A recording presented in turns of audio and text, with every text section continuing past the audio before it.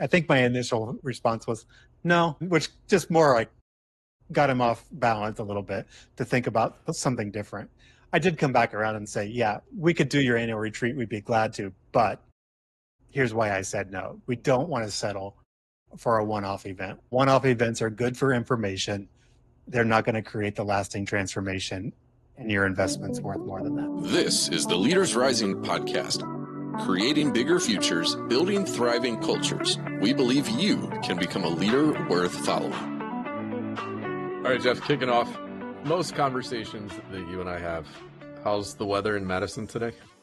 This is the kind of day where people want to move to Wisconsin. It's glorious outside, and up until hitting record here, I had the windows open, a nice breeze, but I was afraid somebody would start mowing nearby.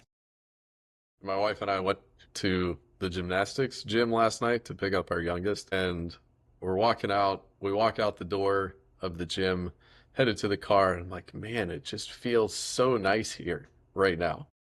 And she's like, you mean cold? I'm like, no, nice. That's great. The humidity was low. It was a perfect night. I was trying to figure out how to do this recording on my back patio, but it wasn't working out. No, I haven't figured out. The birds are too loud, and actually the birds are getting into, the squirrels are getting into my bird feeder here lately. So maybe we could just I think people wouldn't mind hearing birds on the podcast. Yeah, let us know in the comments. We'll do that sometime. All right, so hey Jeff, don't you do some leadership things? Can you come do our leadership retreat? Oh, you've heard about me. Hey, that's great. I'm glad we follow each other on LinkedIn. Have you ever heard that question before? I've heard that one before. Let me ask you a question back on that. Tell me about the last annual retreat you guys did. Oh, yeah, that annual retreat, that was a while ago. Was that the one we talked about the color book or the animals book? Yeah, that's usually what happens, right? We don't even remember the last annual retreat because it was a one and done thing. It was something that somebody had been inspired by or found helpful. Maybe it was even really meaningful at the time.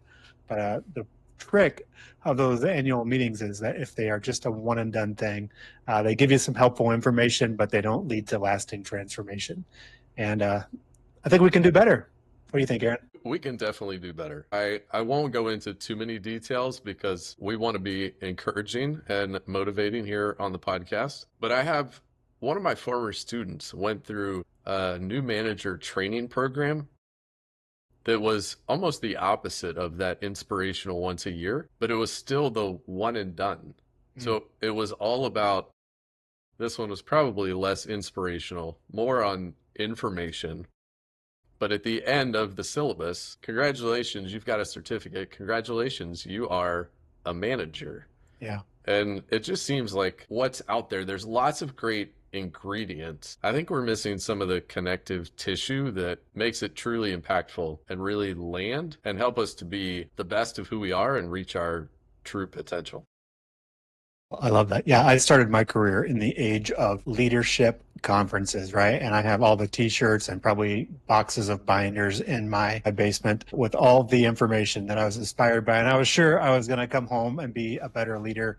I probably was better in some ways because I had been inspired and had some helpful new tips and tricks. It really wasn't until much later when some people slowed down and walked alongside me to help, level up my transformation. In fact, I had experienced a lot of success in my leadership, but I had a mentor who came to me and said, what if the next mountain you need to climb isn't out there somewhere, but what if it's in here? And that really did change my leadership journey as I began to experience some transformation for myself, grow my own self-awareness, understand what it's like to be on the other side of me. That's the kind of stuff that will make a difference at your next leadership retreat if it starts a new journey for people. Yeah, so think about the world we've been in, the world of organizations and leadership. And if we don't have that kind of hope and we're trying to thrive or even survive on the once a year inspiration to get us through, I mean, what does that look like every day? Just think through some of the leaders you've talked to here lately. What's their actual day-to-day like? What are they sitting in? What are they struggling with that's keeping them from really reaching their potential? The people we work with all the time are people leaders. They are responsible at the highest level of organizations. That's a Fortune 500 company or a Main Street business or a large nonprofit. Like they're the ones carrying the weight of the organization. And I think if we could read all of their journals, I bet we could find a line in there somewhere where they all said, I feel like I'm the one holding it all together, right? And they wish somebody else could help carry the weight. I think that's just a common leadership feeling, and we wonder if we can say that out loud anywhere, because part of that is we're just a victim of our own success, right? As we have accomplished more, as we've taken on more responsibility, we've maybe been good at moving things forward. We've been high performers, and now all of a sudden you are leading at the highest level you've ever led at before, and no one actually showed you how to do this. You're probably an expert at your industry or your lane, but maybe nobody's showed you how to do the people development side of things. And so you may even have that impulse, I wish somebody could help me with it, but you're not sure what to do next. Well, let's see if we can be at least a little bit helpful, point people towards a framework, a visual solution, a path that they can embark on. What's the root cause of this issue? Like really at the root, what are we trying to solve here that's keeping us from really making a difference? I do think, if in an ideal world, I'd love to just sit across from whoever's listening on the other side of this, right? Let's grab your favorite drink. Let's find a beautiful day like it is today and sit down and tell me about the real challenges that you're facing and who else is on your team. And you probably, if you're a leader, you care about your people, you care about your organization, you want to see things moving forward. And maybe all you can do is reach back into like the last thing that was helpful to me, right? Was this inspiring book I read, or I saw this video online that I want to share at our next team meeting. And again, all those things can be helpful. They are inspirational, but they can actually ultimately lead to greater frustration for our people, because it's here was that one-off idea and it's not connected to the next one-off idea. And even though it's a helpful idea, we're not creating a system that gives a pathway for our people to grow and to develop and to actually hand off responsibility to them. Maybe occasionally we throw a task in their direction, but task handing off is different than team development. Yeah, there's so many times it hasn't been a handoff for me. It's been just chuck it over the 6 foot brick wall. Yeah. I don't even make eye contact with some of the people in these handoffs. And that's happened time and time again for me in my career. And I've seen it happen time and time again. And it feels like it really comes down to a time issue. We just don't feel like we have enough time, because part of what you're describing means we have to go slower. And Yeah. who really wants to go slower in this AI world? We're just going faster. So how do we reconcile that? Yeah.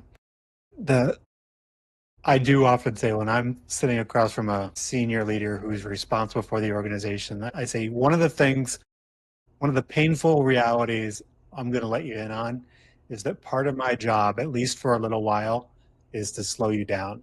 And I know that's painful, and I know that's what nobody wants to do, but it's so that we can speed you up over time. Let's slow down, make sure we're heading. I live in Madison, Wisconsin, and let's say my goal is to get to Chicago, Illinois, but I'm going 100 miles an hour towards Minneapolis, Minnesota. Like 100 miles an hour in the wrong direction is taking you further away from where you want to go. So what if we slow you down for a moment? Let's get out the map. Let's decide where it is we're trying to get to, and let's reorient and start moving in the right direction. So it's that kind of slowing down that we're inviting people to do. We're not trying to say, stop doing what you're doing. We're saying, let's make sure we're heading in the right direction, that we're in the right vehicle, that the right people are coming along for the ride, and let's get the right map in place. Well, I think so often we put all of our energy and resources into that one time, once a year retreat or workshop. We get everybody the book, we send everybody or as many people as we can to a conference and try to excite everybody. But you mentioned this, putting all of those notebooks on the shelf. So seldom do we actually take the time to put that into action and figure out, hey, what's my game plan around this? Yeah. Yeah, those things they're great for the moment, but they are not great for momentum. They're not going to carry things forward for you. So creating a sustainable rhythm of development, a sustainable rhythm of a people system. Where do we show up consistently to help our people, elevate throughout our organization? So many senior leaders, we become the bottleneck because we carry so much of the weight and responsibility, and we haven't figured out how to get it out of our head and back into our people. We haven't taught people, here's how I make the decisions that I make. And so they have to come to you to make the decisions. And there's a process, there's a repeatable process that we help organizations implement over and over again, but it doesn't come naturally to most of us. You've got a story, and it's one of my favorite stories you tell, that started with the question we kicked off the episode with. Hey, can you do our retreat for us?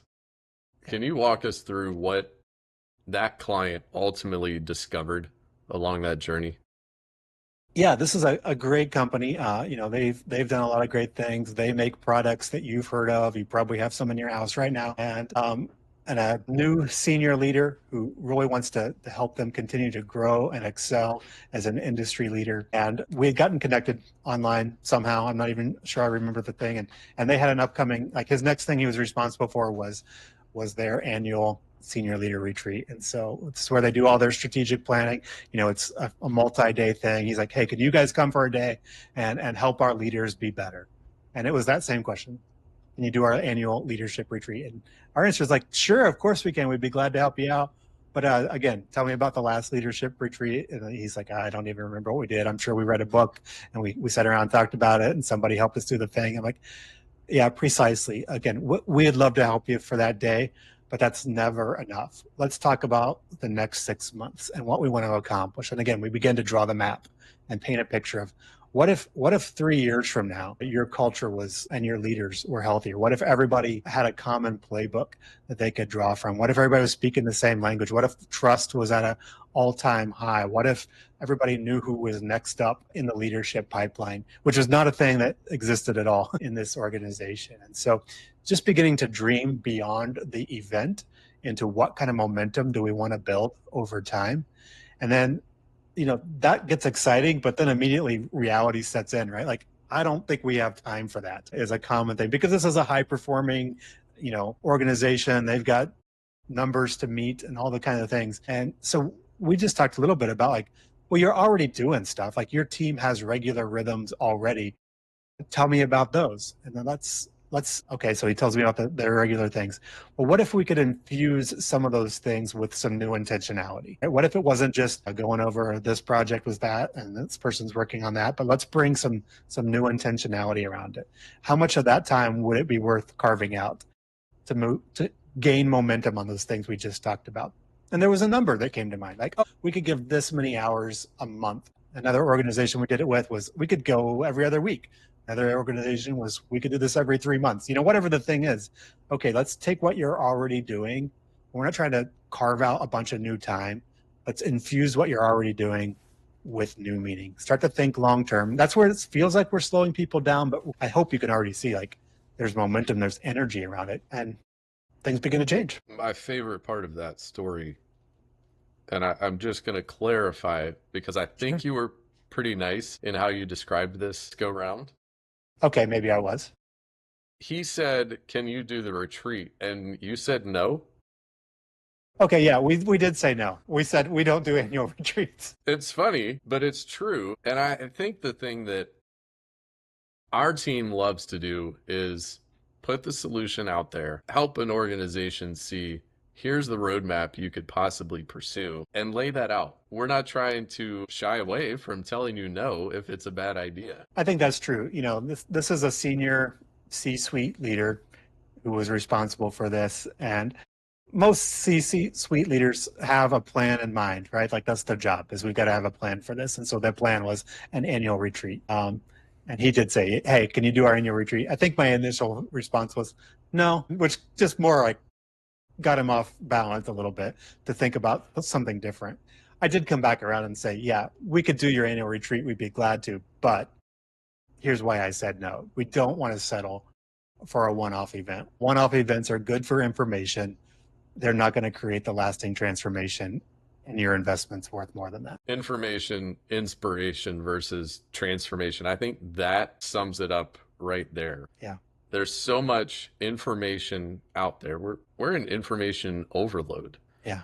I mean, here we are creating Ask a Chat podcast, which GPT is, anything you want, right? yeah, and here's a podcast with some more information. But Right, we right. hope this is going to lead to transformation, because where we're headed is on this Leaders Rising podcast. We want to give resources, insights, prompt next steps to make sure that we're spurring people on towards action. And I think action is the key. That, again, back to the notebooks. If we aren't taking action on the information, then where are we actually going? Can you dig in a little bit? Information, inspiration, yeah, we get that. But what does transformation look like? All right. Well, I'm an 80s kid, and one of my favorite toys in the 80s was Transformers, right? So, a Transformer, the cool thing about it is it's one thing and then it becomes another thing. It's way more powerful and cool, right? That's really what we're talking about here. You've got every organization has a culture. You have people who are leading by intention, by default, by promotion, and we think there's a better way. What if you actually developed your leaders intentionally? What if you helped your high performers grow their self-awareness, be able to answer the question, what's it like to be on the other side of you? Be able to help others to that they're not just climbing to the top of the mountain themselves, but they're ready to go back down and help others climb as well. That's the kind of transformation that we're talking about. A culture that isn't just in the way, but a culture that's really intentionally helping you guys become all that you want it to be. More than meets the eye. Yeah, keep taking us back to the 80s, Jeff. I That's who think I am, and I'm proud of it. I think that's a great way to frame this up, to think about how can we become more, because really deep down we can become more. We can do more with our time. Just takes a slight tweak or adjustment in how we think about the regular rhythms. Like you said, the meetings we already have, we might just need to shift. How do we move this from an informational meeting to a transformational meeting? There's small adjustments we can make. We don't need to do a wholesale complete change and turn the entire cruise ship. What's a way that you would point leaders to start filtering how they can turn those everyday activities, the everyday tasks even that they have, from information or inspiration into transforming their own leadership, their team, their productivity, all the way around? Yeah, if you're a people leader and you're listening to this episode, one of my favorite compliments I ever received from a client was after this next exercise that I'm about to share with you. He said, "Oh, I think you should be our chief clarity officer," right? Because it's about just helping people get clear on what's happening and what to do next. And here's a really simple exercise that you can start with. We'll share this in the show notes as well, but it's simply starting with a time audit. And here's what we mean by that. Literally this week, just write down everything that comes across your plate. I went to this meeting for this long. I made these decisions for these people. I had to, have this hard conversation. Everything that comes your way, just keep track of it in whatever way works for you. And that can be a mental list. You might be surprised if you just keep a notebook nearby and have a whole list to look at the end of the week. And then I want to just invite you to start cataloging that. If you had 4 different categories, take everything there and put it into one of these 4 categories. The first thing is stuff you should be doing. There's stuff on that list that only you can do for your organization. Here's the catch though. Not everything on this list is something you should be doing for your organization. In fact, you're probably doing more than you should be.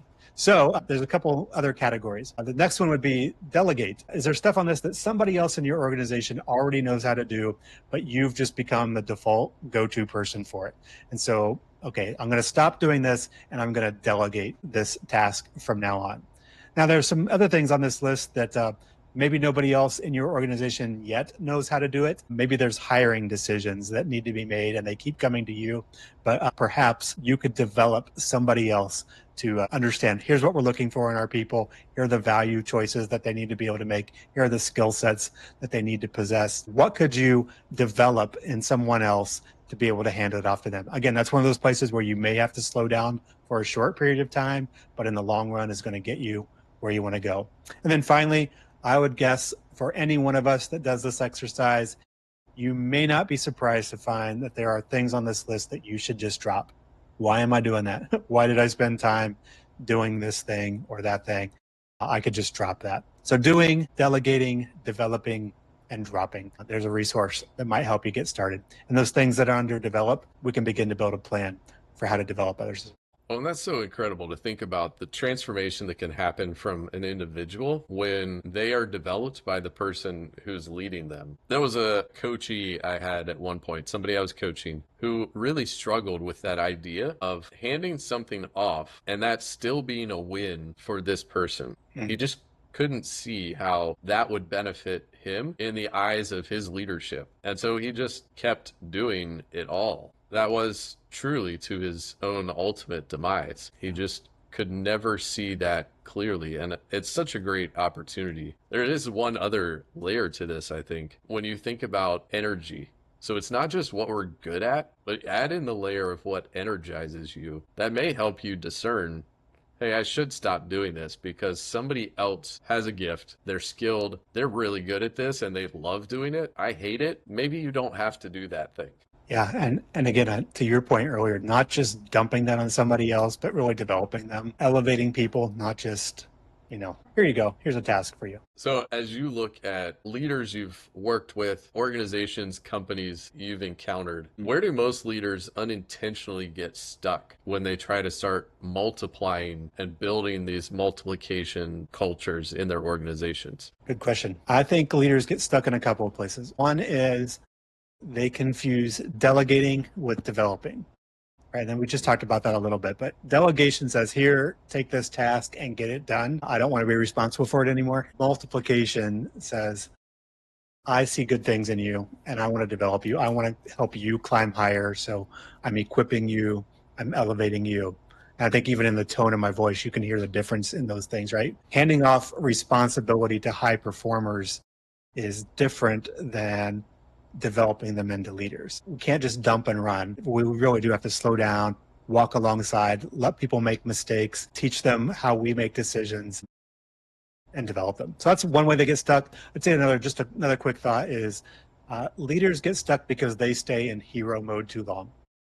We think we are more indispensable than we are. We think that we're the one holding everything together. And I'm saying we because I've totally been this person. And we become the go-to person for everything, for every decision. And we fail to actually teach people how to think, how to make decisions, how to care for the values that we value as a company. But the only way we grow as a company, as a team, is to teach people to do what we do. So don't have to be the hero. You and I were just on a call. We were bringing our navigator team together around one of our clients, and they're in that messy middle related to delegating versus developing. And as they're growing, I say messy middle because it really is it's a dance. Messy, it's scary. Yeah, they can't just run into it. They can't throw everything over the wall. There's a back and forth and a give and a take that happens for them to do this intentionally, for them to do this well, and for them to truly build a culture where everybody's able to bring their best. And as we kicked off, the weight is so often on a leader's shoulders where they're holding so much. They may not even realize how much they're holding. And when that's our approach, sometimes we feel like they're an ejector seat to just let's pop out of the plane and hand this off really fast to somebody, but that's not going to do anybody any good. Yeah, and this is a conversation we could carry on in a future episode, but really it's where our own self-preservation kicks in, right? Like, oh, if I hand off responsibility, like am I giving away my job? Am I, do I have something to lose here? Or what if they don't need me anymore? All those kind of things start to kick in, right? We want to make sure we stay valuable. So we try to be the hero, but the heroic thing to do in any organization is to lift others up with you. That's really good. Well, Jeff, I want to wrap with this question. This is our hot seat wrap-up question. All right. The question will be different for every one of our guests on the show, but the point is the same. Just like we talked about the leadership conferences, we went to the conference, we got the notes and the notebooks. What did we ever do with that? You and I, our team, we're biased towards action and actually doing something. So here's a hot seat question for you. What's one bold step a leader could take this week or this month to intentionally multiply their leadership across their team? One bold step, hand over the mic. Don't drop the mic on them, but hand over the mic. And here's what I mean. Pick one meaningful thing that's coming up that's on your agenda. It's a meeting, an initiative, a project, And normally you'd be the person in charge and let somebody else lead it. Not as a test, not as a favor, but because you want to develop them. Then you're going to give them your support ahead of time. You're going to help them ask the right questions, know what to consider and think about ahead of time, but then publicly hand them the responsibility. Hey, you know, we have high expectations around here, but I'm confident this person is ready for this and they can do it. And so she's going to take the lead on this next project. And then you hand them the mic and you get out of the way. That's a good word. Hand over the mic. Don't drop the mic. Also, don't throw the mic at them, but hand it over. That's a really good invitation. I know I'm so appreciative for the people in my career, in my life, who handed a mic over to me. The drywall guy who was here at our house repairing some cracks earlier, he was sharing his gratitude for the people who handed that skill over to him, handed him the mic when he was like 13 years old. I think that's apprenticeship in construction is a model that all of the rest of us need to take more seriously. Yeah. You know, we love to say that we create bigger futures, right? And we know that your future is in your people. And so you're not going to build a future ready team or organization by hoarding the mic. So invest in people, invite them to the mic, and invite them to lead. All right, Jeff, we did it. Episode 1 is a wrap. It's in the books. Hopefully it's not the last one. I'm pretty sure actually it's not the last one because we've got a pretty good roadmap of where we're headed. Some exciting guests with our next few episodes and throughout. So I'm looking forward to this journey. Thanks for the conversation today, diving into this. Anything we mentioned, resources, links, all that will be on our website, leadersrisingnetwork.com. Follow us along, subscribe to the podcast in your favorite podcast app, and we'll see you for episode 2. Thanks for listening to this episode of the Leaders Rising Network podcast. Connect with us on LinkedIn or visit online at leadersrisingnetwork.com.